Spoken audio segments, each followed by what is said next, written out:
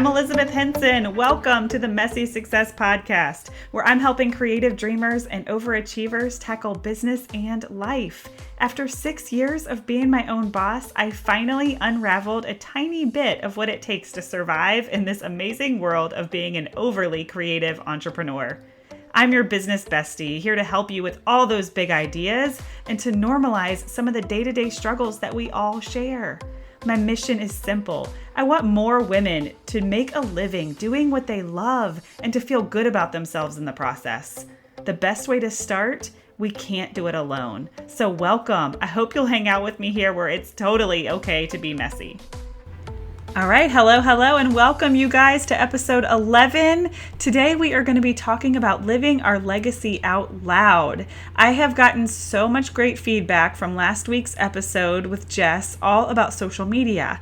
And this episode was actually inspired by more social media talk.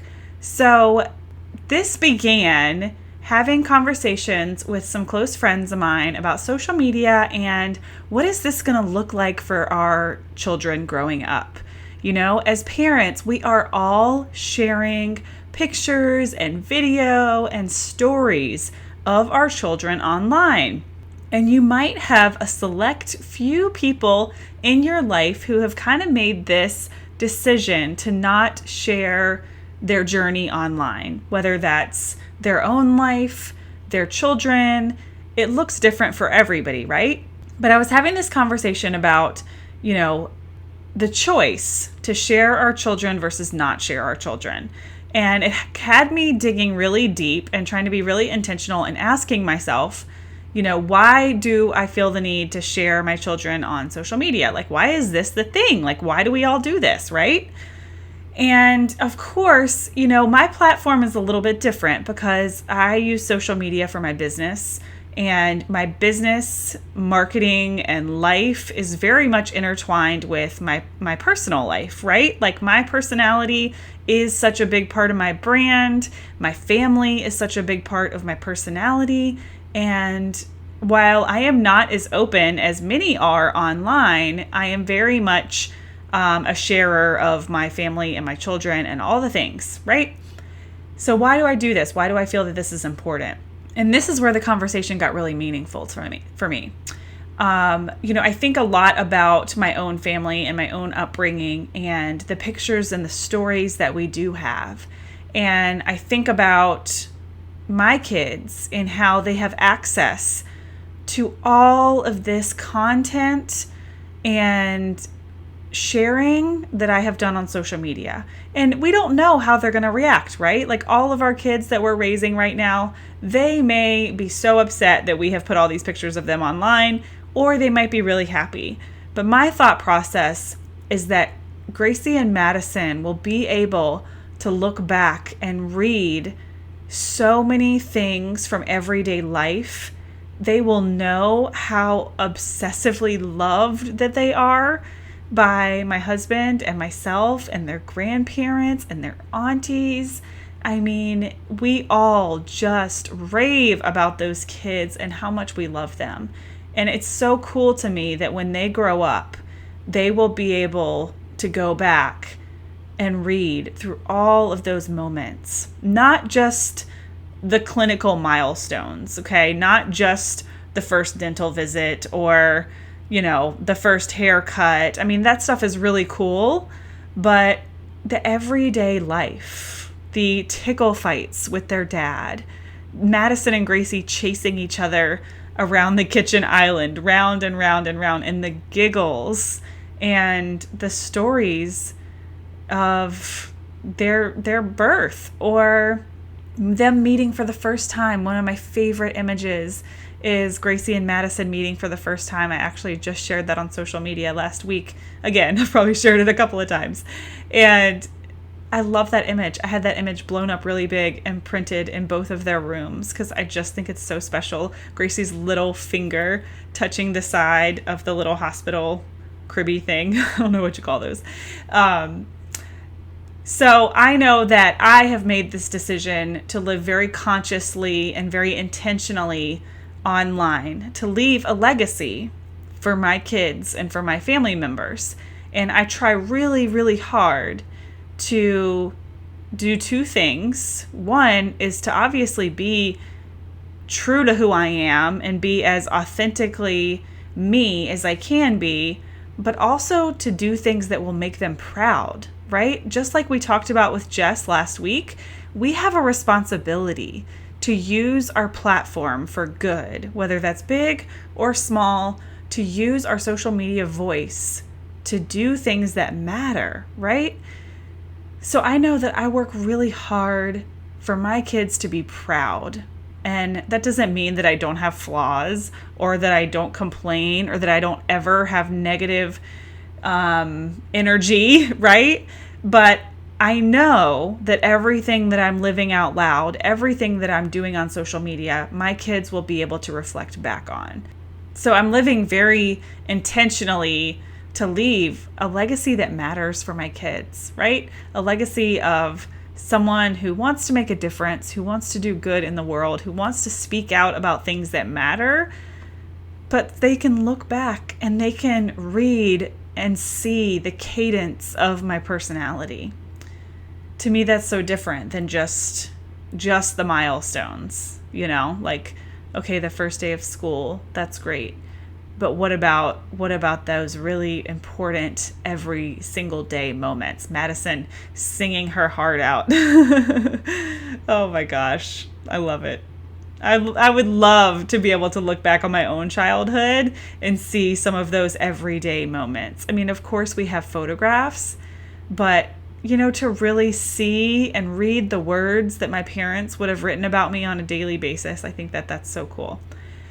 So what kind of legacy are you leaving for your kids or for your family members? What does that kind of look like in your life?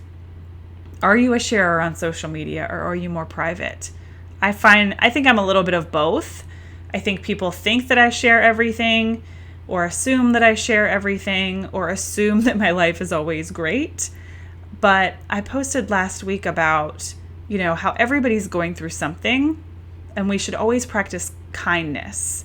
Just assume that the person across the table from you or across the computer screen from you is going through something difficult. Just assume that at all times because we all are, right? We've all been through stuff.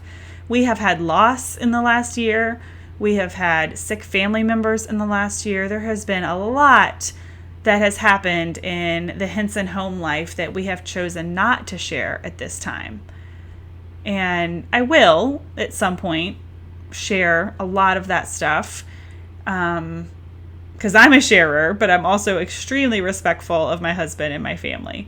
So I don't share everything, and that's okay. Like, it is completely okay. We get to pick and we get to choose how private and how personal we want to be online. But I do think that this is going to look really different for our kids when they're grown up. Their photo albums and memory books are going to look so different and probably be 99% virtual. So what are your kids going to have to look at and reflect on? What kind of legacy? What are they going to be able to say? My mom was passionate about X, Y, and Z. Or my dad came home from work every day and this is what we did. What kind of legacy is it for them? And I do feel this sense of responsibility to do things that matter, to talk about the anti-bullying stuff, to talk about the hard stuff, to talk about women following their dreams. Because at the end of the day, I want my daughters to know that they can do whatever they want as a career, whatever it is that makes them happy and make a living doing that thing. That's important to me, that they know that. And so I try to live that every day. Live doing what I love and making a living doing it so that they know that that's possible for them. I don't want them to think that there's only one solution, which is go to college, get a corporate job, sit in a cubicle. I want them to know that they have options, that they can work outside, that they can work inside, that they can be artistic and creative or not. Whatever it is that they want to do is what I want them to do. So also, when I think of the word legacy, I think of that big overarching question is, what do we want to be known for, right? So if you're listening to this podcast, I don't know what your circumstances are in your life. Maybe you're building a business. Maybe you already have a business. Maybe your business is doing amazing. Maybe you're actually a teacher and you work for somebody else, which is also amazing. Teaching is an amazing profession, and you get to change lives every single day. And no matter what our job is, whether it's corporate America, whether we're entrepreneurs, mompreneurs, solopreneurs, it doesn't matter, right? We still can make a legacy, and we can still be known for something regardless of what our job looks like, okay? A legacy, or what we want to be known for or remembered for, is so much bigger and deeper than that, right? And I certainly don't think that being an entrepreneur is the only way to live, but I do think that doing something that we love, something that makes us better, something that challenges us on a daily basis, is hugely important. I think it's important that the work we do every day, whether it's the way we make money or whether it's just as a person, the work that we do every day matters. And what do we want to be known for? When my kids grow up and they hear somebody describing their mommy, what do I want those words to be, right? We're writing that story. And with today's day and age, social media is such a big part of that, because it's not just what we're sharing that our kids are going to want to read one day. It's the comments. It's the things people say about us, right? The things that people say about us on social media matters too. And while we can't control that, we can control what we're known for and putting that out there and sharing that with the world. And I just want to be known as somebody who helps other women feel like they're not alone in this crazy journey of being creative and wanting to make money doing it and to become an entrepreneur or be a better entrepreneur. That's really all I want. I want to help people. I want more women to find this sense of freedom that I have found, knowing that I control every dollar that I make, that I set the rules for my business, that I decide when I work, which is usually way too much, right? I told you guys in a previous episode that I'm in that scaling stage. I'm trying to figure out the balance so that I don't feel like I'm working so much. But when you love it, it's like you want to work a lot. You want to work as much as possible because you believe in the work that you're doing. So anyway, it's crazy that this all came about based on a conversation about should we be sharing our, family life or not? Or, some people making that decision versus not making that decision. And of course, there's no right or wrong, but I know that if our house burned down or something happened to Mark and I, that I feel so good knowing that my children and that my family will be able to read my legacy, for lack of a better word. Big, small, it doesn't matter. Like, we are all here in this world to do good things, to do things that bring us joy, to do things that make the world better, and to ultimately show our young people what matters and show our young people that they are capable of big and amazing things and that they can do whatever it is that they want to do. And of course, that they are loved and that they can live the rest of their life knowing how loved that they were, however we choose to leave that for them, whether it's social media, whether it's not, it doesn't matter. But it matters that we leave something for them to look back on, right? Okay, so I would love to hear from you what it is that you want to be known for. What types of efforts are you making to leave a legacy for your kids or for your family? How do you feel about sharing on social media? I would love to hear that. Come join us in the Messy Squad. You can do that over at elizabethhensonphotos.com/podcast. And I would love to hear more about you guys' opinions on this on this topic. So next week we're going to switch gears and we are going to be talking about client experience and how client experience can help you book more bookings, and get your clients coming back over and over again and all of their friends. So I can't wait to do that with you. And let's end with another shout out this week. This week, I want to shout out my friend Jacqueline with XOXO Invites. So I met Jacqueline, surprise, surprise, also through Raina's Facebook group. She did some invitations for a workshop that I did, and I just loved my experience with her. I feel like she really went above and beyond. They do custom designs invitations that are unique and tailored to special occasions or events.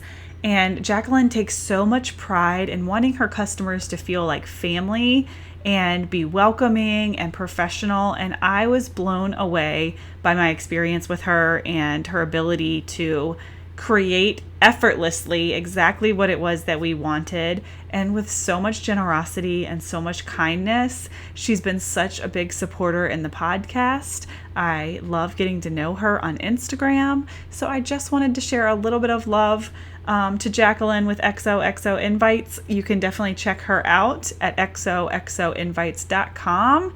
And I am also going to put all of her social media links in the show notes, so you guys can head over to elizabethhensonphotos.com/11, like the number 11, and go check everything out. Thank you guys so much for listening. I look forward to seeing you next week.